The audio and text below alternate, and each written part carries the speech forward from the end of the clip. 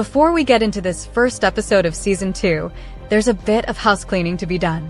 This season carries us farther into the research than ever before. Season 2 will be devoted entirely to biographical portraits of little-known historical figures, or at least figures whose stories, some told before, have never quite been told in their full measure. That programming choice has carried us away from the short-form episodes of 15 to 20 minutes of last season, and into longer-form explorations. We've also opted to not split topics across multiple episodes. As a result, we have more topics to cover this season. As with Season 1, the research has been an absolute pleasure. The writing of these episodes has been a quietly educational exercise. I only hope this private labor of learning may be a shared act of discovery. Hopefully you will find the work enlightening too. So, with no further delay, we step into Season 2.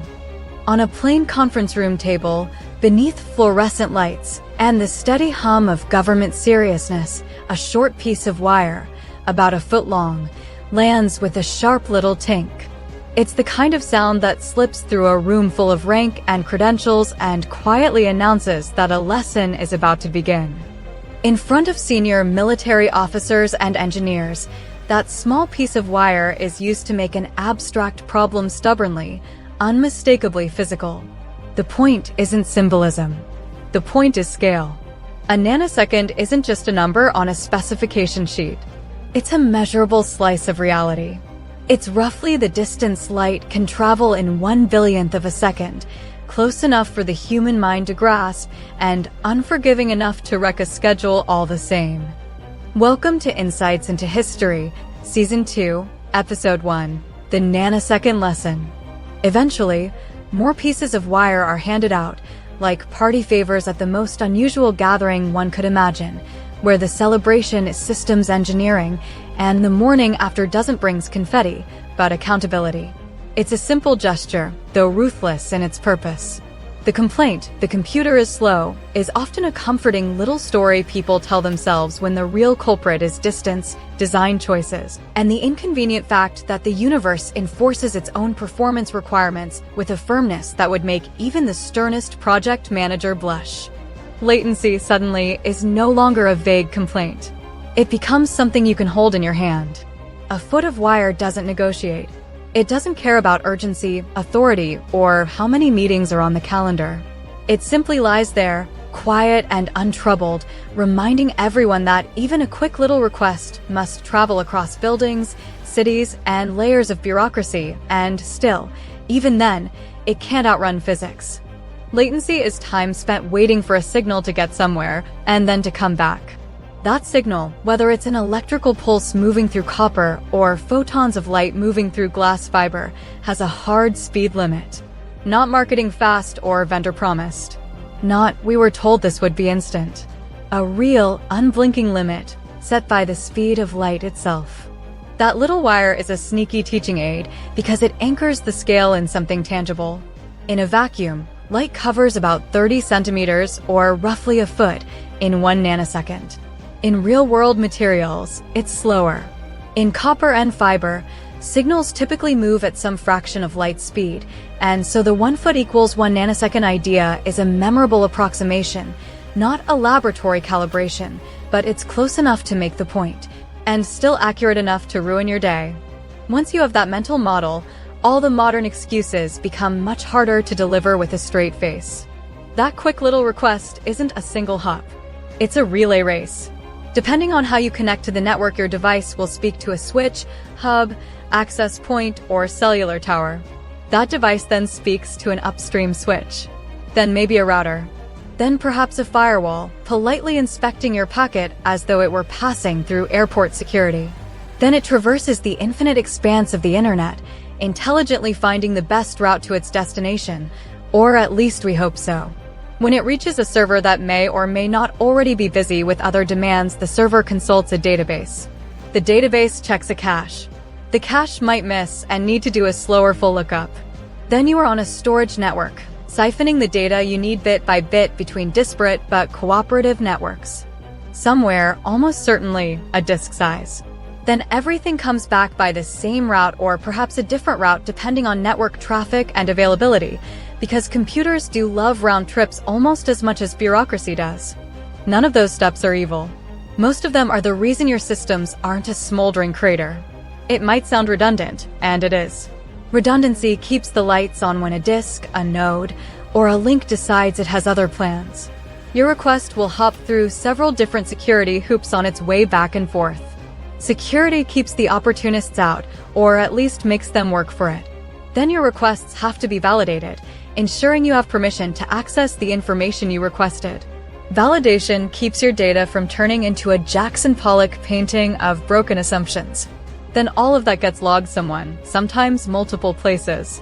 And logging, blessed, fussy, indispensable logging, is how you determine which perfectly reasonable decision eventually became the 2 a.m. incident report.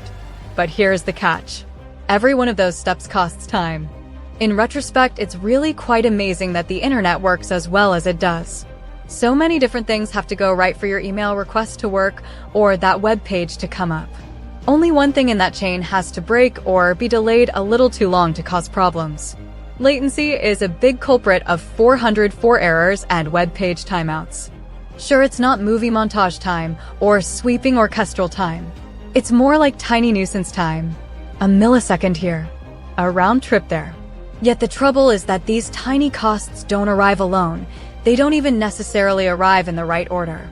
They arrive like a group chat, each one small, annoying, and somehow, together, impossible to ignore.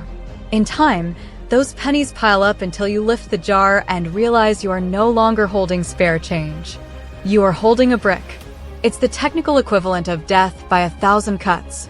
That's where the wire comes in, the tiniest, quietest prosecutor you will ever meet. Grace Hopper famously handed people short pieces of wire, about 30 centimeters long, to represent how far a signal can travel in 1 nanosecond. That's in 1 billionth of a second. The Smithsonian's description is admirably blunt. Each piece is a physical stand-in for the distance an electrical signal travels in a nanosecond. The U.S. Naval Institute recounts Hopper explaining the same point in plain language. A nanosecond is about 11.8 inches at the maximum limiting distance, speed of light scale. The joke, of course, is that a foot of wire doesn't look like a lecture. It looks like pocket junk. It sits there on your desk like evidence and murmurs. So, how many feet did your request travel today? Because distance costs time whether you are important or not. Data doesn't suddenly learn how to teleport because it has a help desk ticket attached to it. Even the speed of light, our universe's ultimate speed limit, remains a hard ceiling, 299,792,458 meters per second in vacuum. In physical networks, data packets usually do worse than in vacuum and worse than a straight line. Packets move through fiber, slower than vacuum because of refractive index. They encounter equipment queues, routing detours, and a whole procession of helpful middlemen. Web performance researchers often point out that latency is constrained first by physics, and then by everything else. Fiber, in particular, slows you down by a noticeable constant factor relative to vacuum. So Hopper's punchline still lands today. When someone says, "The computer is slow," the remedy is rarely to yell at the computer. The computer doesn't respond well to verbal feedback. It's not a golden retriever. The remedy is to ask, where is the time going? How far is the request traveling? Is it in the same rack? The same data center? The same region? Or did the request just take a casual sightseeing tour across continents? How many checkpoints does it pass? A load balancer, an API gateway, an authentication service, policy checks, rate limits, service mesh hops. Each one, taken alone, justified. All of them together, expensive. How many translations and lookups happen along the way? DNS resolution, connection setup, TLS negotiation, serialization, deserialization, cache lookups, database queries. Small steps, yes, but small steps with a special talent for multiplying into large weights. The amazing thing is that when she developed this demonstrator model, the internet was significantly less complex, but latency was no less impactful. That impact has only grown over time as networking has become more complex. While capabilities increase, technology changes, and bandwidth increases, latency is still there like some stubborn universal constant ruling over the transfer of data. Latency is not a personality flaw. It is not the server being cranky. It is not the database waking up on the wrong side of the bed. Latency is a geography and design problem.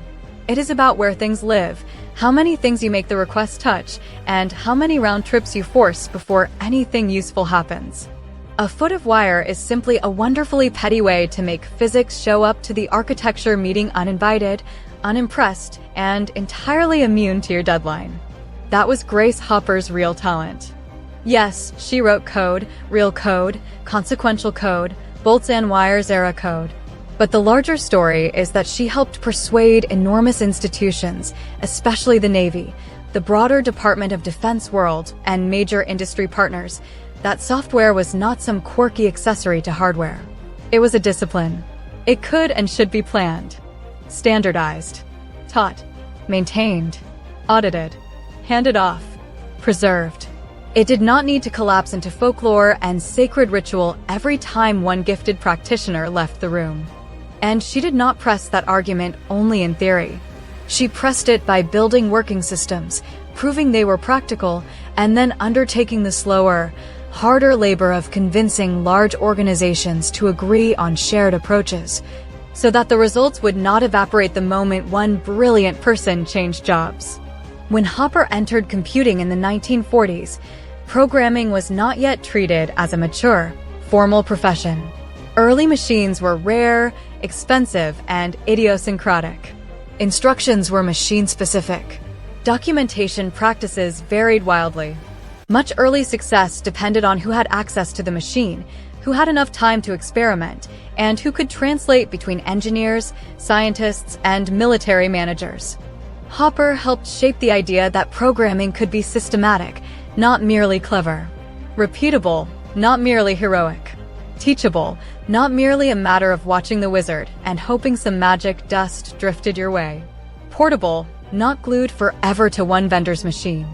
That portable part becomes a recurring theme in nearly everything she touched. During World War II, Hopper served in the U.S. Navy Reserve and worked at Harvard on the electromechanical Mark I program under Howard Aiken's project. The Mark I era gave her deep exposure to how early computing actually worked, to timing, sequences, constraints, and, no less important, to how organizations behave around expensive technology. A key lesson she carried forward was simple and unsentimental. If a system cannot be explained clearly, it cannot be defended in a budget meeting. And if it cannot be defended in a budget meeting, it will not survive long enough to matter. Hopper became one of the loudest and earliest champions of automatic programming, the then radical notion that a computer ought to help translate a programmer's intent into the gritty machine-level steps required to execute it. Today, of course, one might say, yes, naturally, that is what compilers do. Back then, the response was more likely to be, why would we waste precious machine time allowing a computer to do work humans can do? Hopper's answer, in essence, was this: because humans are the bottleneck, and machine time gets cheaper, while organizational confusion appears to be eternal. In the early 1950s, while working in the UNIVAC ecosystem, Hopper led development of the A0 system and its successors. These systems are often described as early compiler work, and they were absolutely foundational to the broader movement. The A0 system automated parts of turning symbolic instructions into executable steps. By modern definitions, A0 behaved in some respects more like what we would now call a linker loader, assembling pre-written routines and connecting them, than a full modern high-level language compiler. But conceptually, it moved the field toward the same future. Stop hand-stitching everything and let the machine help. And so, whether someone wishes to litigate the exact label or not, the direction of travel is clear. And Hopper was steering. And she did not merely build the tool. She sold the mindset. Translation layers are not laziness. They are leverage. Her work then turned toward a different bottleneck, not merely translating code for the machine, but making code comprehensible for the human beings who would have to use it, maintain it, and live with it later. Enter FLOW-MATIC in the late 1950s, an English-like language built for business data processing, payroll, inventory, billing, logistics, the glamorous underbelly of civilization. If those things stop, society does not exactly end. It simply begins screaming into a spreadsheet-shaped abyss. FLOW-MATIC matters because it translated Grace Hopper's very practical philosophy into working code. Programs should be readable by the people who must live with them later. The Smithsonian describes FLOW-MATIC as an early English language data processing language Hopper developed for UNIVAC, and notes that she became a strong advocate for standardizing computer languages. Britannica likewise calls FLOW-MATIC the first English language data processing compiler and explicitly links it to later COBOL development. That matter of readability is not just atmosphere. If software is effectively unreadable, organizations become dependent on a tiny priesthood of specialists, people who know the magic words, the rituals, and which ancient switch must never, under any circumstances, be touched. That dependence is fragile. And fragile systems possess a peculiar genius for breaking at the worst possible moment, during audits, migrations, mergers, peak season, or just after the one person who understands everything goes on vacation. Hopper pushed for code that could be maintained by humans who were not present at its creation. That notion sounds obvious now. At the time, it was strategic.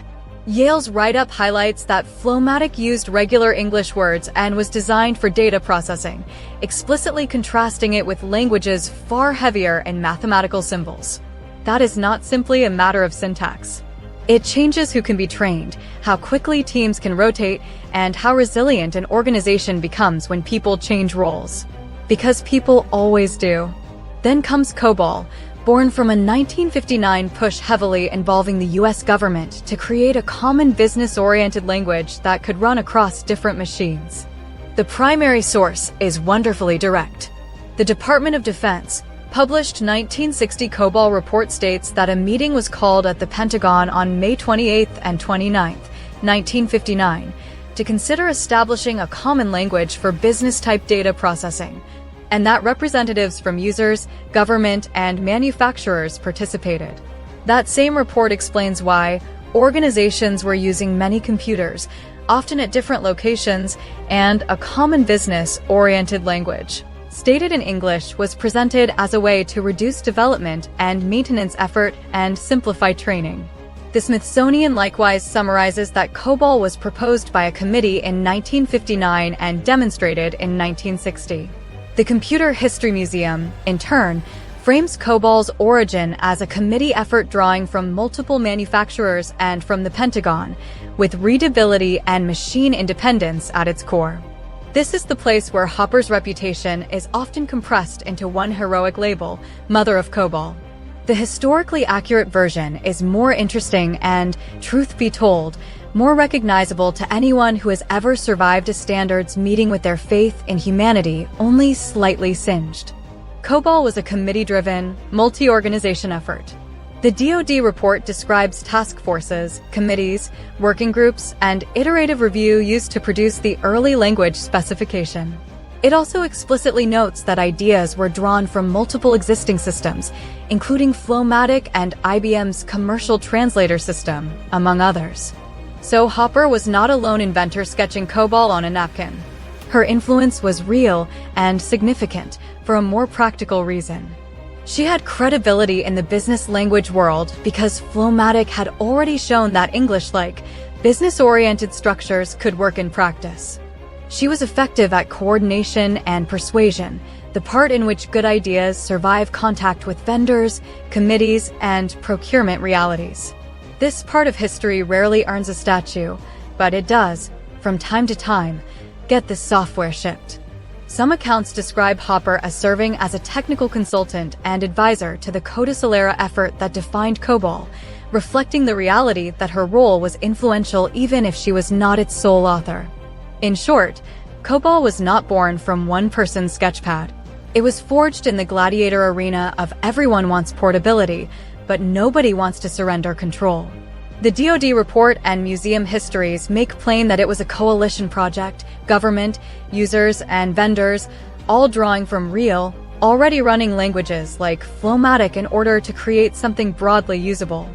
And Hopper's superpower in that arena was not myth. It was the unglamorous, high-impact combination of proof, FLOW-MATIC worked, credibility. She had been in the trenches, and coordination. She could help the standard survive the committee blender. If Grace Hopper had a signature move, perhaps it's the ability to take a good idea and make it durable by turning it into a standard.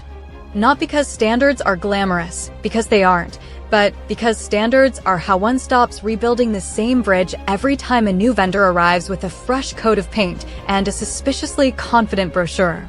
Hopper did not treat standards as paperwork. She treated them as infrastructure. Quiet infrastructure. The kind that reshapes an ecosystem while hardly seeming to move at all. When a language, an interface, or a test suite becomes standard, a host of practical things become easier, almost boringly so, which is the highest compliment one can pay to infrastructure. Training pipelines become simpler. One can teach a shared way of doing things instead of 20 incompatible dialects. Hiring and mobility improve. Skills transfer between projects and organizations because the target is not some one-off machine or vendor toolchain. Procurement and vendor risk become more manageable. Large buyers, especially governments, can demand conformance and avoid being trapped by proprietary quirks. Maintenance improves. Systems outlive their original builders because the rules of the road are documented and widely understood. Competition improves as well. Vendors can distinguish themselves by performance, tooling, support, and features rather than by locking customers inside a private maze and then charging admission. That was not mere theory. It was exactly the kind of problem Hopper was called back to solve. In her Computer History Museum oral history, the framing is explicit. She was recalled to active duty in 1967 to execute a proposal for testing and validation procedures to enforce standards and ensure portability. Because vendors had hampered portability and conversion costs were exploding. In other words, standards were not a pleasant extra. They were a way to keep organizations from bleeding time and money every time the hardware changed. Hopper did not simply build things and walk away. She taught constantly. That same oral history notes that she lectured around the country on the future of computing and later headed a training and technology directorate role in the Navy. Then there were the demonstrations, especially the famous nanoseconds demo, that stand today as among the most memorable moments of her career. The Smithsonian preserves a bundle of Hopper's nanosecond wires, about 30 centimeters or 11.8 inches each, representing the distance an electrical signal travels in 1 nanosecond. That was not just charming showmanship. It was operational strategy with a punchline. If leaders can feel what a nanosecond means, they make better decisions about systems, networks, and performance, because physics ceases to be an abstract concept and becomes a desk accessory. Hopper's playbook, in practice, looked something like this. Make the fundamentals understandable, preferably with a prop you can hold. Make the shared language explicit, so teams are not translating everything forever. Make the standard testable and enforceable, so that standard does not simply mean we all nodded earnestly in the meeting. That last part probably matters the most. Standards without validation dissolve into vague concepts. Hopper pushed for validation precisely to enforce portability and reduce vendor-caused friction. One can see the same portability logic in early COBOL history. The Smithsonian notes COBOL was a common business language, exactly the kind of standardization effort that reduces one-off rewrites. Hopper helped move computing away from the notion that every machine is its own snowflake and toward a world in which humans write at higher levels and systems translate, validate, and reuse more reliably. Ideas closely associated with compilers and with machine-independent programming. But the heart of it is not simply that something runs once. It is that it keeps running after the original geniuses have moved on, and the people left behind can still understand what, precisely, it is doing. To put it less poetically, Hopper wanted people to work with computers without needing to be ordained, without consulting a sacred scroll of vendor-specific quirks, and without treating every system upgrade like a controlled demolition. That is her legacy in a sentence. Make computing usable, teachable, and durable, then standardize it so it becomes everyone's problem, not merely the experts. Grace Hopper was born in New York City on December 9, 1906, in an era when the professional mathematics world was not exactly festooned with banners reading, "Welcome, future female mathematicians." To be clear and factually safe, there were women doing serious mathematics in the United States by then. But they were underrepresented, and they often faced barriers in education and in professional societies. The Smithsonian's materials on women mathematicians note that women's access to higher education and to mathematical careers expanded over time, though it took real effort to break into the field. When one jokes that the suggested career path of the age was a bit more social than scientific, the humor rests atop a real historical slope. It is not the memory of some literal guidance counselor memo. What Hopper possessed, besides raw ability, was the kind of early permission that matters, the freedom to be curious, persistent, and a little stubborn. And if you have ever met a truly stubborn mathematician, you know their seemingly universal law. Once they begin proving things, the rest of us are mostly just passengers. Hopper studied mathematics and physics at Vassar College, graduating Phi Beta Kappa in 1928. She then went to Yale, earning a master's degree in mathematics in 1930 and completing a PhD in mathematics in 1934. That academic path matters for more than bragging rights. It gave her two tools she would use for the rest of her life: comfort with abstraction, the ability to see the pattern beneath the mess, and a taste for proof, not merely "I think," but "here is why it works." Hopper's career suggests that she understood a second kind of proof as well, the institutional kind. "I built it, it works, and now it is cheaper to keep it than to keep arguing about it." That is not mathematics. That is how one wins inside real organizations. Hopper began teaching mathematics at Vassar while pursuing her doctorate, and she remained on the faculty through the early 1940s, becoming an associate professor in 1941. That teaching experience was not just a line on a resume. It was rehearsal for what she would become famous for, translating between worlds, the machine and the human, engineers and executives, what is technically possible and what can survive a budget cycle. Even later histories of Hopper emphasize how much of her impact came through communication and education, making complex ideas legible to the people who had to approve, fund, maintain, and depend on them. So yes, she was a mathematician with a doctorate. But she was also something rarer, someone who could turn proof into practice and practice into organizational habit. And that combination is how one does not merely invent things. It is how one makes them stick. To understand why Hopper had to do so much persuading, one must rewind to what programming meant in the 1940s and early 1950s. Back then, hardware was the star of the show, big, loud, room-sized machines with budgets the size of small nations. Programming was often treated as the supporting cast and not always a respected one. In many early environments, programming work was framed as closer to clerical labor than to real engineering, and prestige tended to flow toward the people building the machines themselves. Histories of the period note that early programming was widely seen as low-status coding work, and that this perception shaped who was hired to do it, often women, and how the job was valued. Also, the term software was not widely established until the late 1950s, though statistician John W. Tukey is often credited with one of its first uses in 1958, which means that for much of Hopper's early career, the industry literally did not yet have a settled mainstream label for programs as a category separate from the machine itself.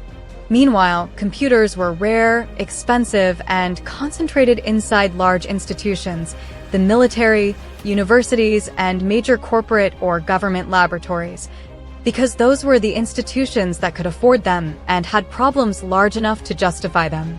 Museums and historical collections routinely describe early computers as enormous, costly systems used primarily by military and academic or scientific staff. World War II did not merely accelerate computing. It gave computing a job description. Before the war, computation could be academic, theoretical, even optional. During the war, and then immediately into the early Cold War, it became a production line for answers, trajectories, tables, simulations, logistics, numbers with consequences. ENIAC is perhaps the clearest example because its origin story is essentially a procurement memo stuffed with vacuum tubes. The U.S. Army commissioned it specifically to compute ballistics tables for aiming artillery. Once computation is framed as mission-critical, everything downstream changes. Speed stops being a luxury and becomes a requirement. Reliability becomes operational, not simply nice to have, because inaccurate outputs are not merely incorrect, they are costly. Repeatability becomes policy, because one cannot run a war or a nuclear age on one-off heroics. You do not merely need results quickly. You need them quickly, defensibly, and reproducibly inside organizations that have never before had to manage software as a long-lived asset. In those years, the field is inventing itself even as it is being used. What is a programmer? What counts as correct? How does one document, test, and hand off a program? Who receives credit? Who gets to say ship it? A great deal of early programming labor was culturally boxed into clerical categories, work treated like typing with math rather than engineering.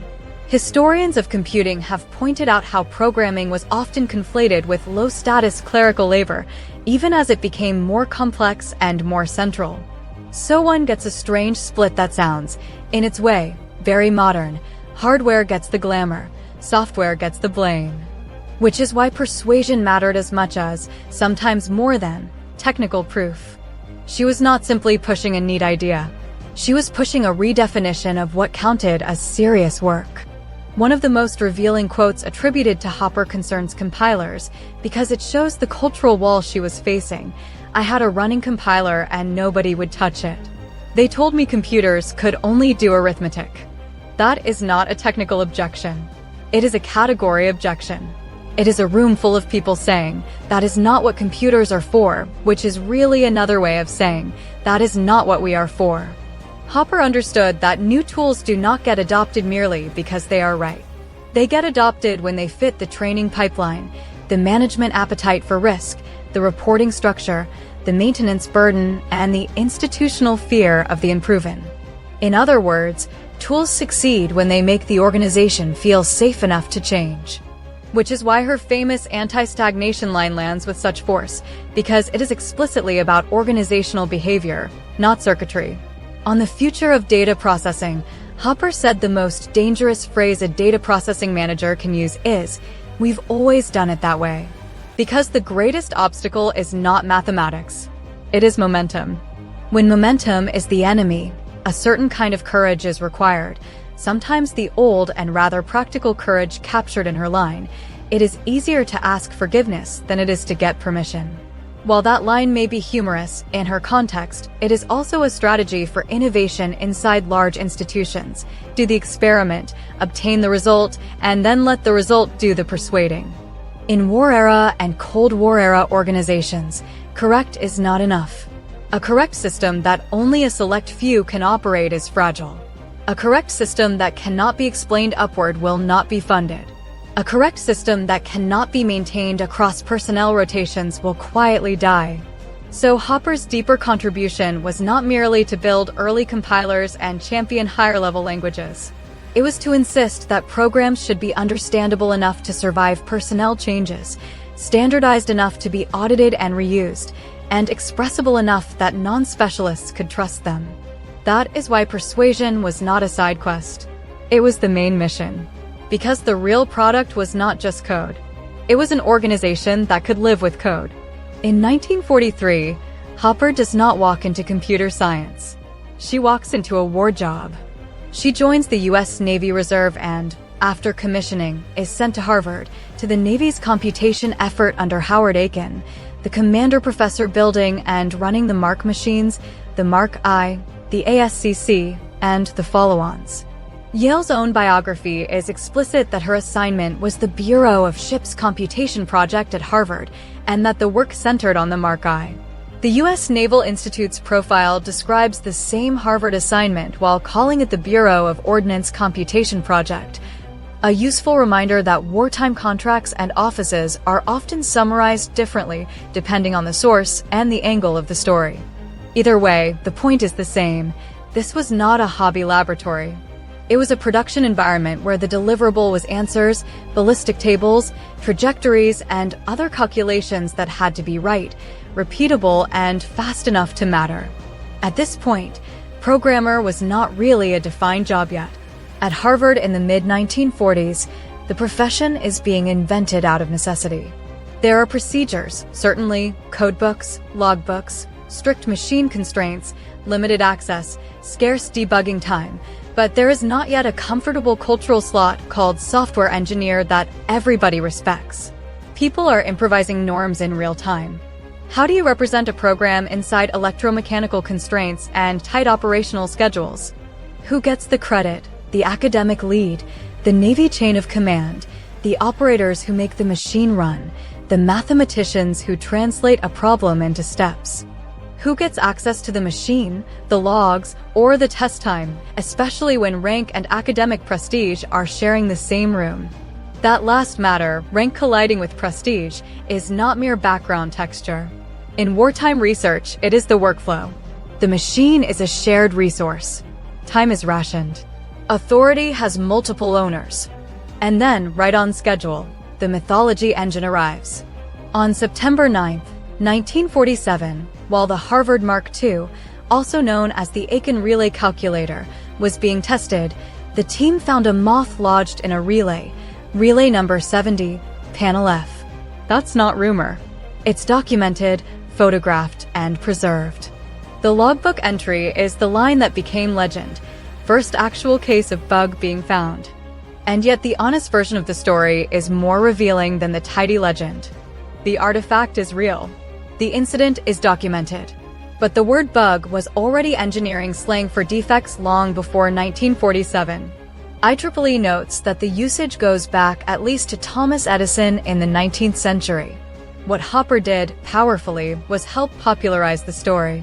The Smithsonian's object description even cautions that the logbook was probably not Hopper's, while still crediting her and the Mark II team with popularizing the terms computer bug and debug. Her role in the bug story, then, was not that she invented the term. Rather, it reveals one of her real strengths. She recognized a perfect parable and made it memorable enough to endure. Because the moth offers a lasting lesson in systems thinking. Sometimes the failure is not your grand theory. Sometimes it is a tiny, ridiculous, physical thing in the relay, an overlooked dependency, a blocked contact, a single point of friction that transforms correct into broken. And if you have ever debugged modern software at 2 a.m., you already know the punchline. The moth never really left.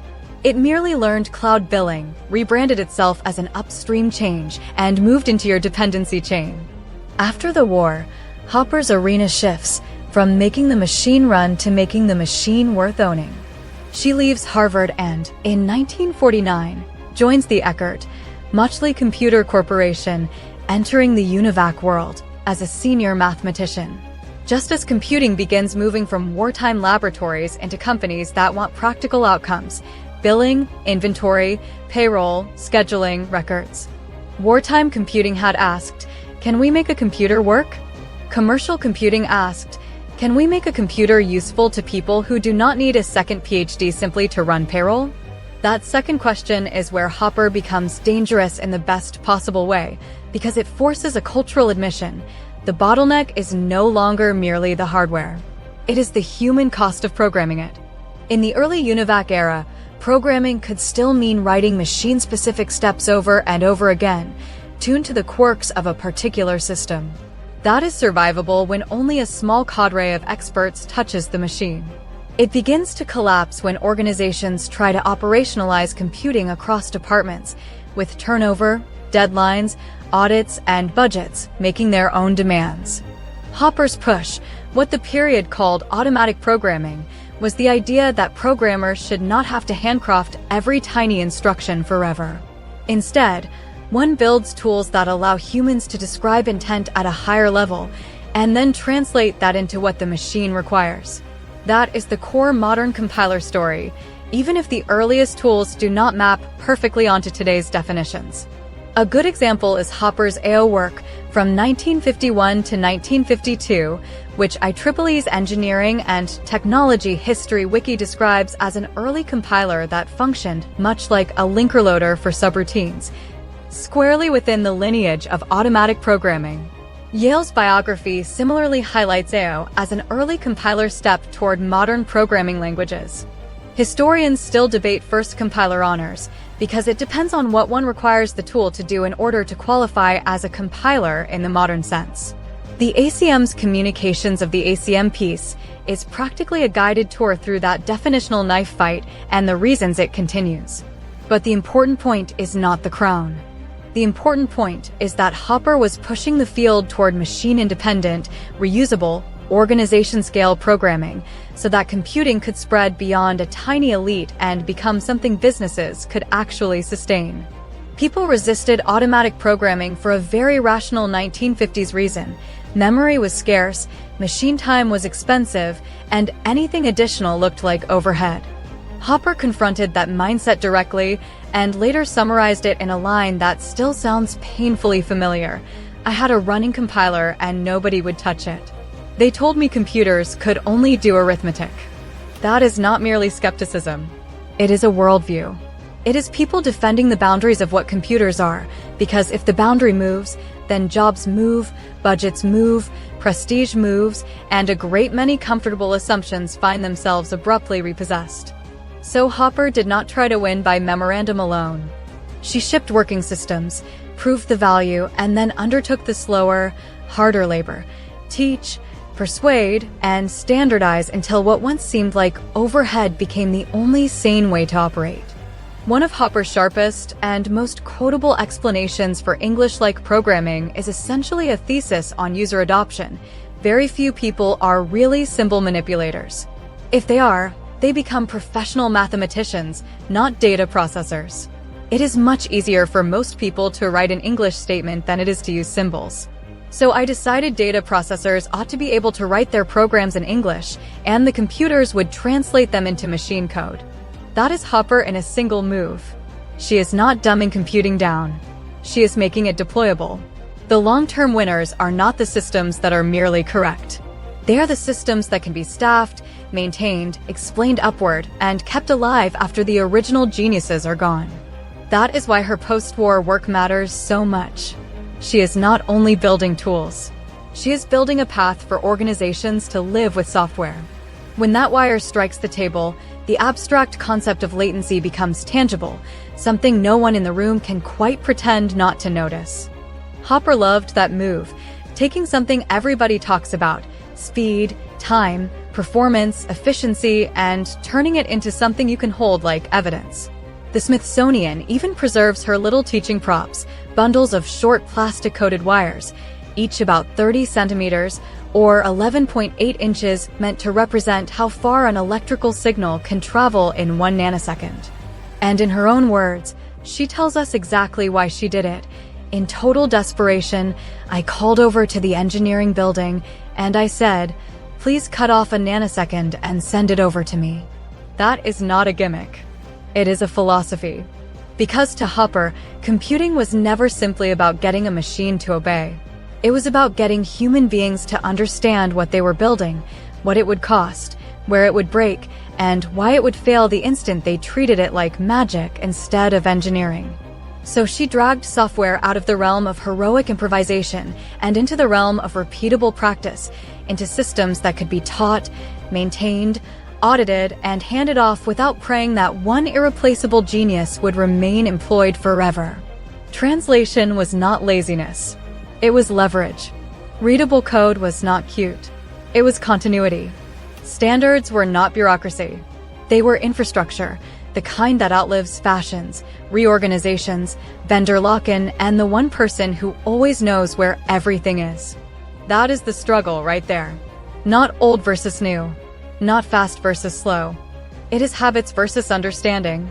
It is superstition versus measurement. She was relentless about measurement because measurement forces the conversation out of ego and into reality.